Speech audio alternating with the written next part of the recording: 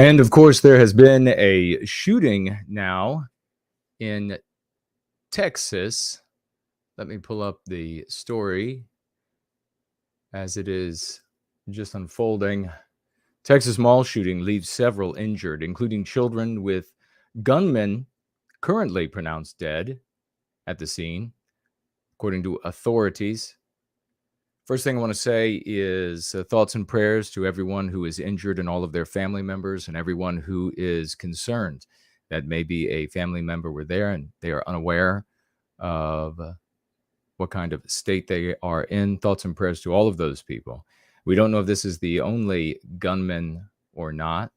It does appear to be the only gunman so far, and that individual has been shot dead. I'll tell you something interesting in a second that was just shared in a live interview that, interestingly, was the sound was interfered with when the person being interviewed gave two different pieces of information, and perhaps that was an effort to try to obscure what he was saying, but it came through clearly enough. Nonetheless, multiple people, including children, were hurt or killed when a gunman opened fire at a Texas mall Saturday afternoon, shooting his gun everywhere, according to authorities and reports. The shooter, who unleashed chaos at around 3:30 p.m. at the Allen Premium Outlets, was dead at the scene, Collin County Sheriff Office told WFAA. Texas Governor Abbott called the shooting an unspeakable tragedy. Our hearts are with the people of Allen, Texas tonight during this unspeakable tragedy. Aerial footage broadcast on local news stations appeared to show at least 4 bodies hidden underneath white sheets in an outdoor area of the mall. Quote, as I was holding the door open and letting customers inside the store, he, the shooter, was just blazing and shooting his gun, close quote. One unidentified witness told CNN, and of course they are the arbiter of truth, adding the assailant was walking down the sidewalk, quote, shooting his gun everywhere, close quote. Hundreds could be seen evacuating the mall in Allen, Texas, which is about 30 minutes outside of Dallas. And you're looking right now at a press conference. We can maybe listen in for just a moment. Loss.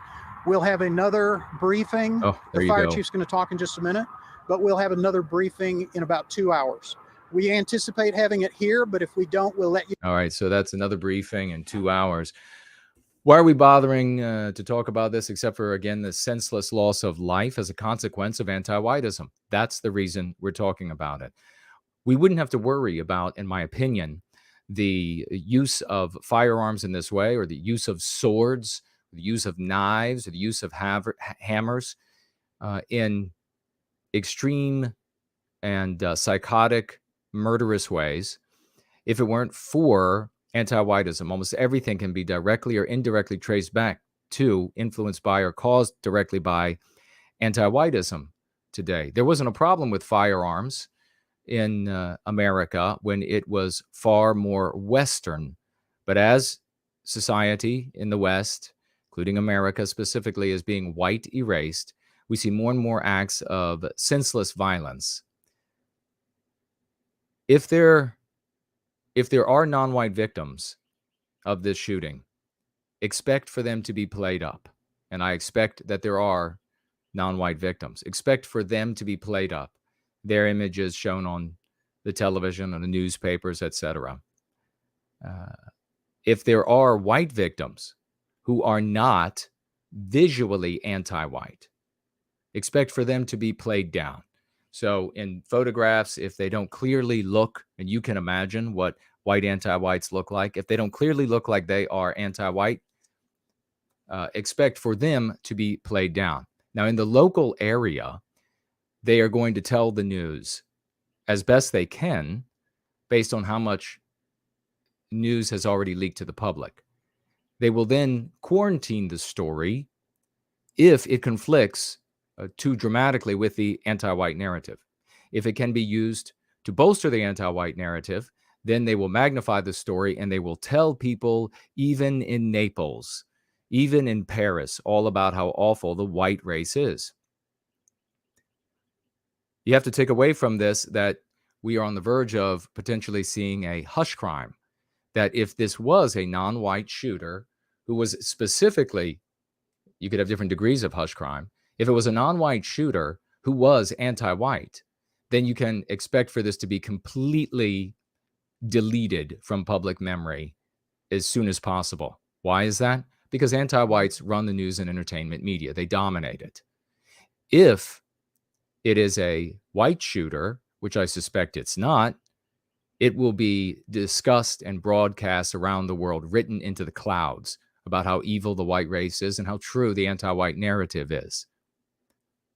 Again, it's important when you have conversations with your friends, family, and strangers to mention that these kinds of things would not be happening if Western norms and expectations for behavior had not been white erased. That such norms and expectations of behavior that come from white people, Westmen, that those norms are still under attack, and that things can get a lot worse as those norms are eradicated, as they are white erased. The big piece of news that the channel attempted, it seems, in my opinion, to censor you from knowing during a live interview of people at the scene was from two young men who reported having been very close to the shooter. Now, this is their account. It's subject to change. And, of course, subject to what the police end up saying and what CNN says, because, you know, the ear is at the door. They both said, well, the one kid was, or one young man, I guess they weren't kids. The one young man said, and the other one seemingly was endorsing with his nodding by his side, that the shooter was wearing fake-looking police gear, and I inferred from what he was saying with a face shield or partial face shield that he was in like fake SWAT gear. And he said that the shooter was a heavy set, he either said Hispanic or Mexican, which of course Hispanic would be what he meant since he appeared to be white. So potentially that's your shooter. And the young man saw one of the victims, he said, with his brains blown out on the ground. This is what is made of the West as a consequence of anti-whiteism. Do not be white negative and make this about Hispanic people, because you're going nowhere with that as a non-starter. You're just going to harm the cause for white well-being. This is about the norms and expectations of Western people being white erased, being decried as immoral, and the inverse being championed and celebrated as moral.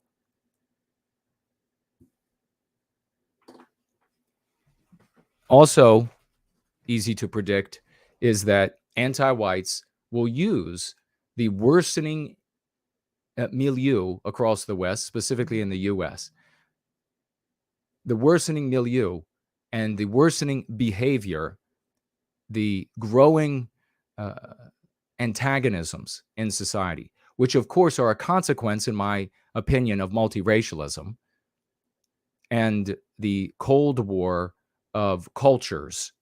You can learn more about this on Sundays at 5 Eastern Standard Time.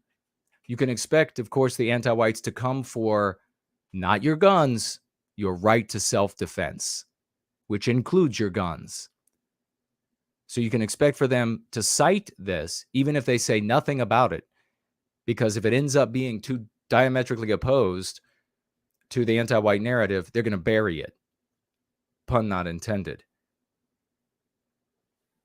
But even if that's the case, they'll continue to cite this shooting and the deaths as a reason, white man, to take your right to self-defense away.